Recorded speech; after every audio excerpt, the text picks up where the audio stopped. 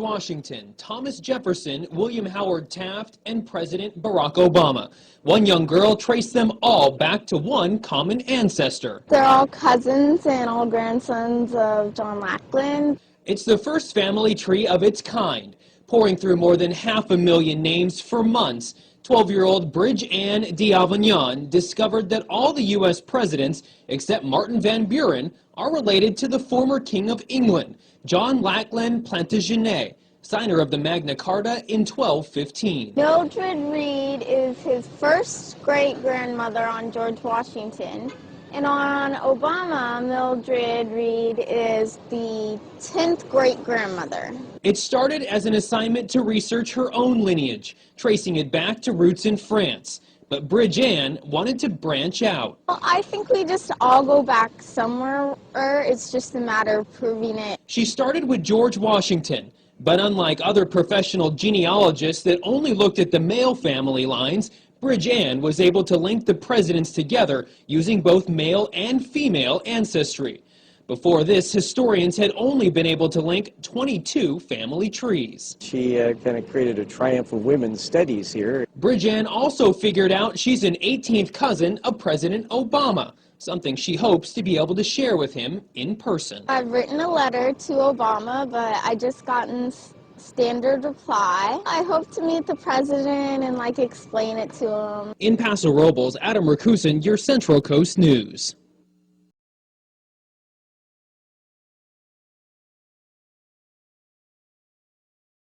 What opened Skull and Bones, the secret society? It's so secret we can't talk about it. What does that mean for America? The conspiracy theorists are going to go on. I'm sure they are. I don't know. I haven't seen the web. Number 322? First of all, he's not the nominee. And, look, I look forward... Are you prepared to lose? No, I'm not going to lose. You both were members of Skull and Bones, a secret society at Yale. What does that tell us? Not much, because it's a secret. Is there a secret handshake? Is there a secret code?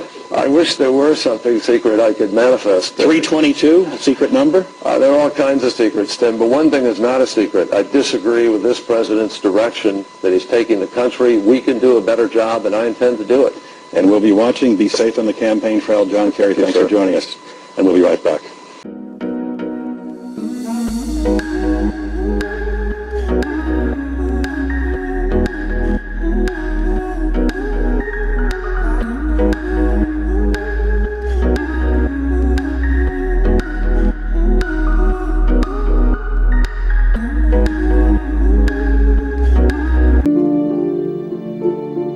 And the emissaries of the various secret societies would come up behind them, tap them on the shoulder, and say something like, "Skull and Bones, do you accept?" And generally, of course, they did accept. And then, as the people were tapped, they then left the courtyard and proceeded to the vault-like or mausoleum-like headquarters of these secret societies.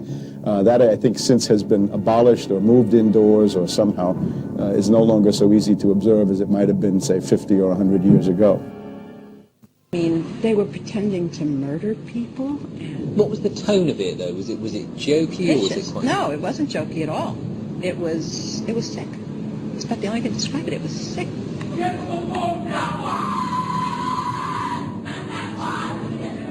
What you're hearing is the first recording ever made of the Skull and Bones initiation ceremony. It has never been broadcast before.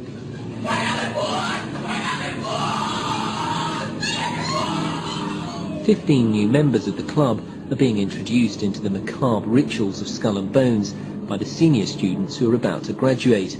The club has what some might see as a strange fascination with death, skulls and bones. There's the chants too, difficult to hear first of all, but including the devil equals death and death equals death.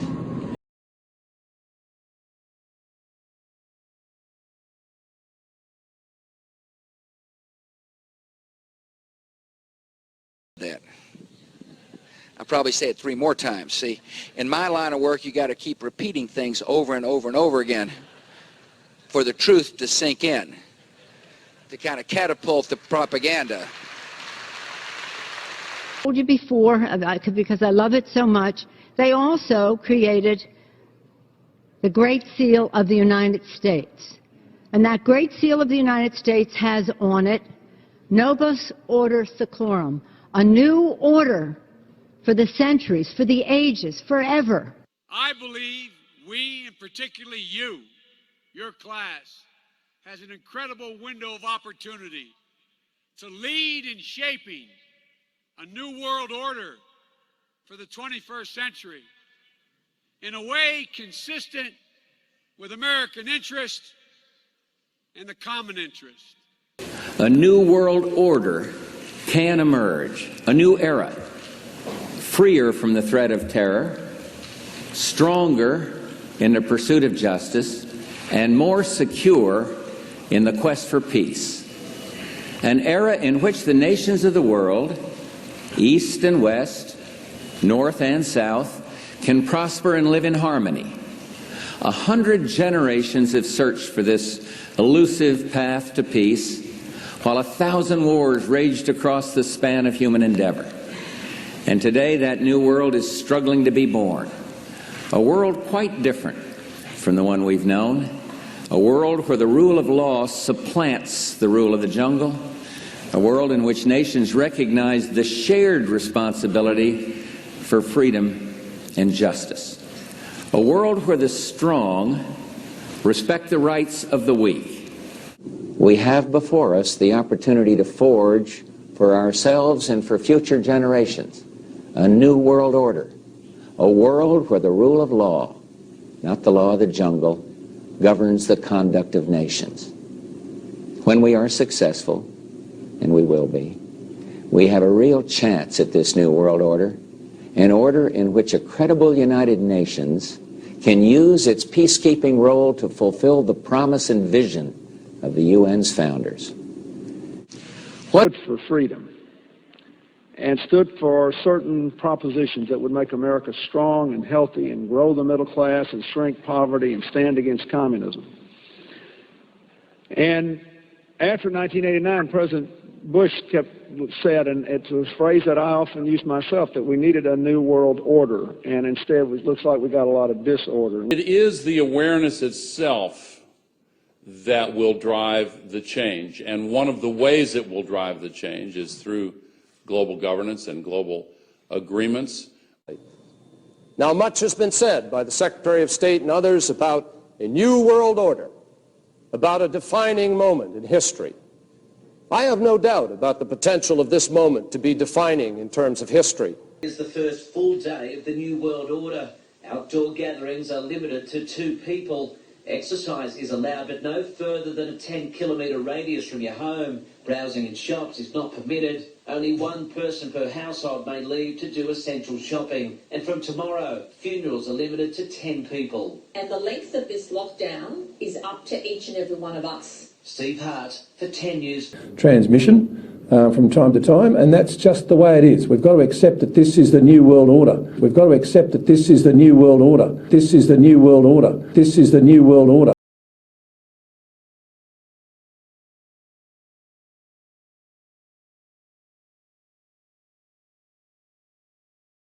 And Fox San Antonio's Jessica Headley. And I'm Ryan Wolf. Our greatest responsibility is to serve our Treasure Valley communities, the El Paso, Las Cruces communities, Eastern Iowa communities, Mid-Michigan communities. We are extremely proud of the quality, balanced journalism that CBS 4 News produces. But we are concerned about troubling, irresponsible, one-sided news stories plaguing our country. The sharing of biased and false news has become all too common on social media. More alarming, some media outlets publish these same fake stories without checking facts first. The sharing of biased and false news has become all too common on social media. More alarming, some media outlets publish these same simply aren't true without checking facts first. Unfortunately, some members of the media use their platforms to push their own personal bias and agenda to control exactly what people think. And this is extremely dangerous to our democracy. This is extremely dangerous to our democracy. This is extremely dangerous to our democracy. This is extremely dangerous to our democracy. This is extremely dangerous to our democracy. This is extremely dangerous to our democracy. This is extremely dangerous to our democracy. This is extremely dangerous to our democracy. This is extremely dangerous to our democracy. This is extremely dangerous to our democracy. This is extremely dangerous to our democracy. This is extremely dangerous to our democracy. This is extremely dangerous to our democracy. This is extremely dangerous to our democracy. This is extremely dangerous to our democracy. This is extremely dangerous to our democracy.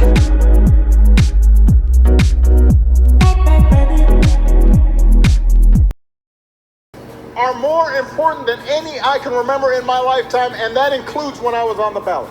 There are just 8 days left in what is the most important election of our lifetimes. This will be maybe the most important election that our country's ever had. There's never been a more important tomorrow in modern electoral history in the United States than tomorrow, and that's not hyperbole. We know what is on the line and what is the truly most important election of our lifetime. Election in history. What this election is about and why this is the most important election of our lifetime. Before one of the most important elections in the nearly 200 years history of our country. This is the most important election in this nation in 50 years. The most important of all choices will be made by the American people at the polls less than 3 months from tonight. Asking the American people to make one of the most important decisions in their lifetime, because I think this election is one of the most vital in the history of America.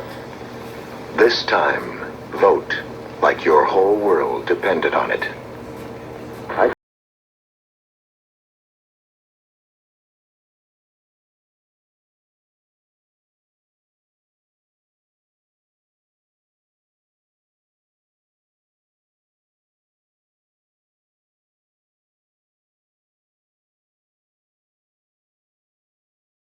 Lifestyles of the Rich and Famous back in 1994. Host Robin Leach asked about their daughter Tiffany, who was then just a year old. Now, Donna, what does Tiffany have of yours and what does Tiffany have of Marla's? Well, I think that she's got a lot of Marla. She's really a beautiful baby, and she's got Marla's legs. We don't know whether or not she's got this part yet, but time will tell. Hey, so Donald, all right, I'm afraid to ask this question, but what would you do? Playboy put Ivanka on the cover of the magazine, and she had not. This is going to be an interesting answer.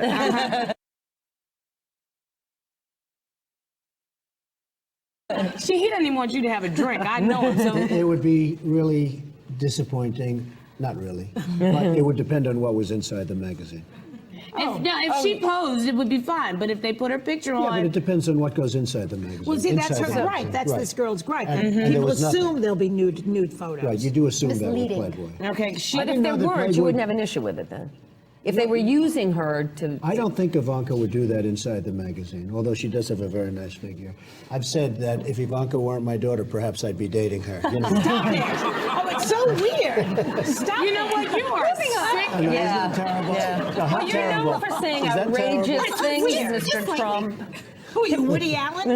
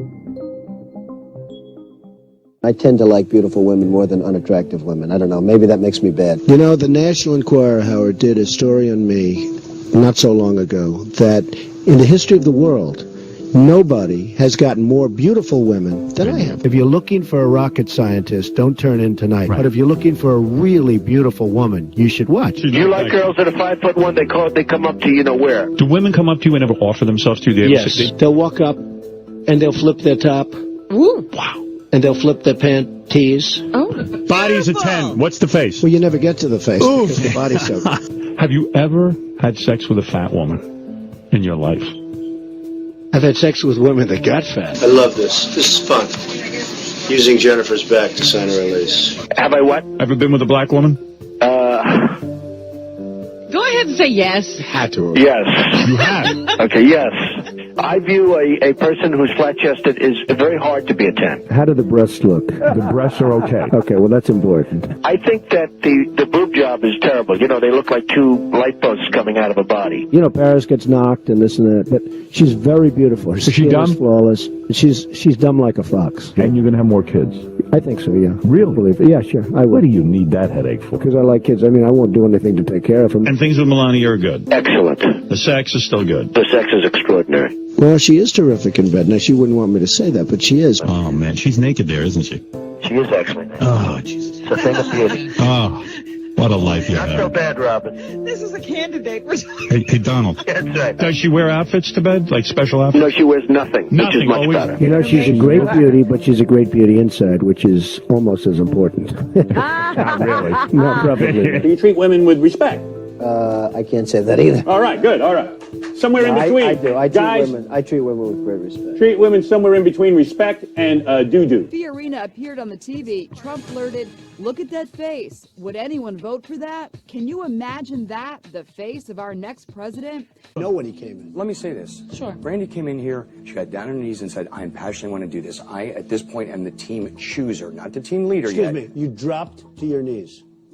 Yes. And begged to do this. And I said, I'm looking around the room, and we had even LaToya, who sat beside me, thought maybe Brandy was Must be a right. pretty picture you Little dropped into John your and knees. Dennis thought I should be. Omarosa said me. Some other people said you. And in the end of it, I said, You know who's one of the great beauties of the world, according to everybody? And I helped create her? Who? Ivanka. My daughter, Ivanka. Yeah. She's 6 feet tall. She's got the best body.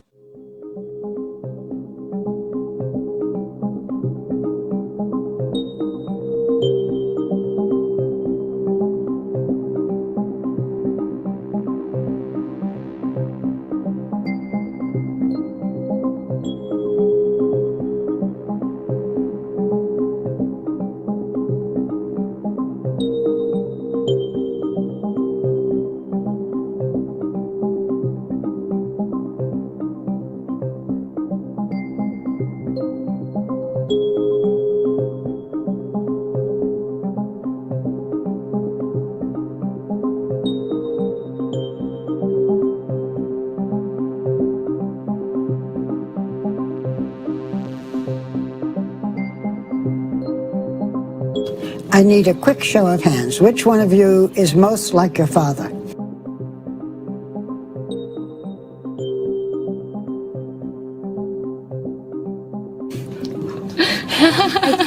Well, but in fairness, I think we're all like him in very different ways.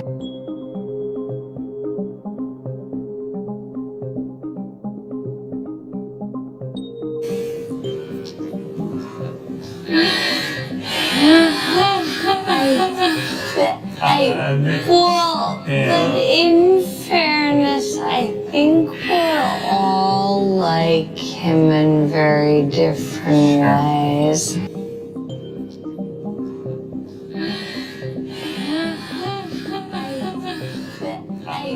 Well, but in fairness, I think we're all like him in very different ways.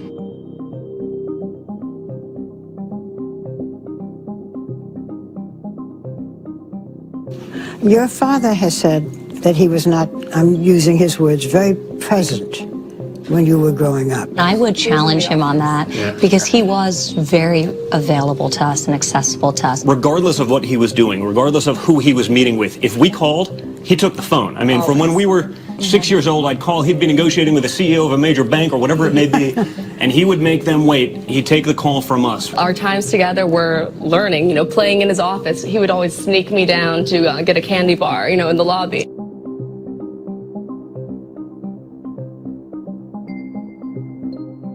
Who is his favorite? I'm going with Ivanka. I'm going with Ivanka.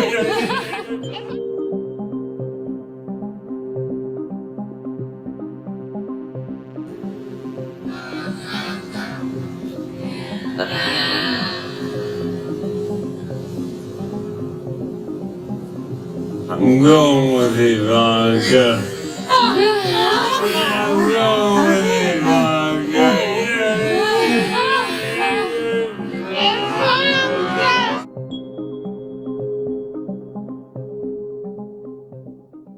Tiffany, for you, what do you think? Well, whenever my father puts his heart and soul into something, he goes full force. And when he finally decided to, run for president, I think all of us knew, what, here we go. Like, he really just worked so hard, and we knew it would be a success. And I had no doubt in my mind that he would get as far as he has. Ivanka, and what did you think?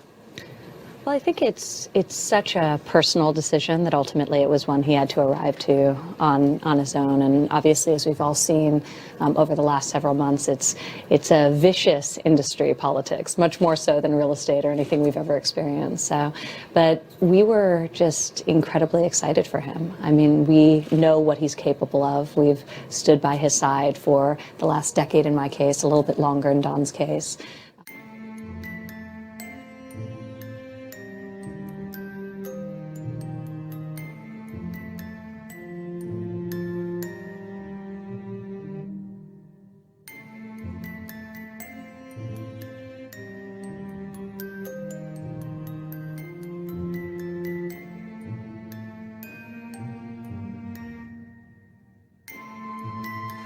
We want to know a little bit more about you guys, so we play this game here. It's called Fave 5. I'll ask the question. Ivanka, you answer first, and then Dad, you answer also.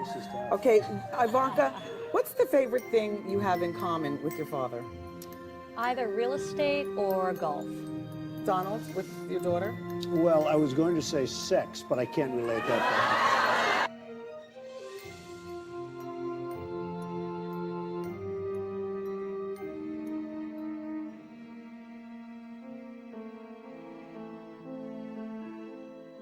A little bit more detail that we're just learning right now, and excuse me as I read it to you. We are told, as it's described, that Dr. Oz said when Ivanka Trump came on stage, "It's nice to see a dad kiss his daughter." Trump responded, "He kisses her every chance he gets." Are a big part of his inner circle. Today, his oldest daughter and trusted advisor, Ivanka Trump, is here. Please come on out.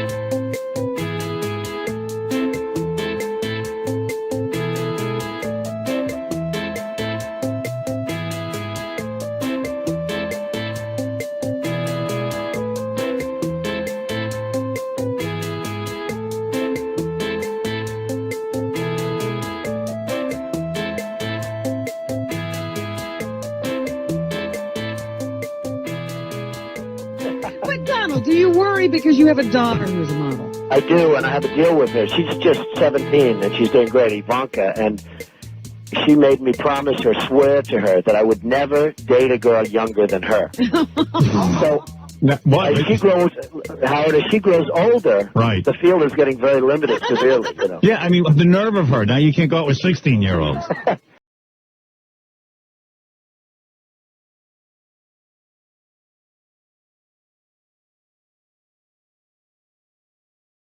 Thank you. All right, well, nice to see you guys.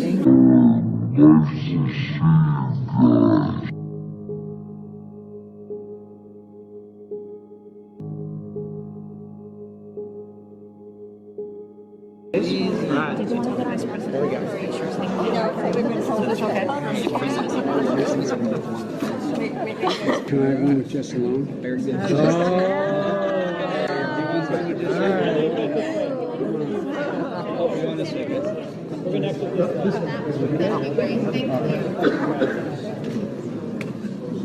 Dad's going to stand pretty close. This is a long day.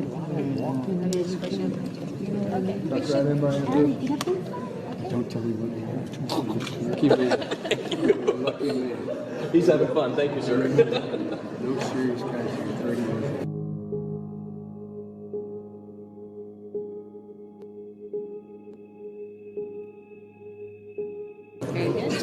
Everybody else is looking forward to Grandpa's one of the great guys. That's nice of you to No, I'm not saying. He knows I knew. Remember what I told you last time I saw you? Do you remember what I told you? No, not smile. No date till you're 30.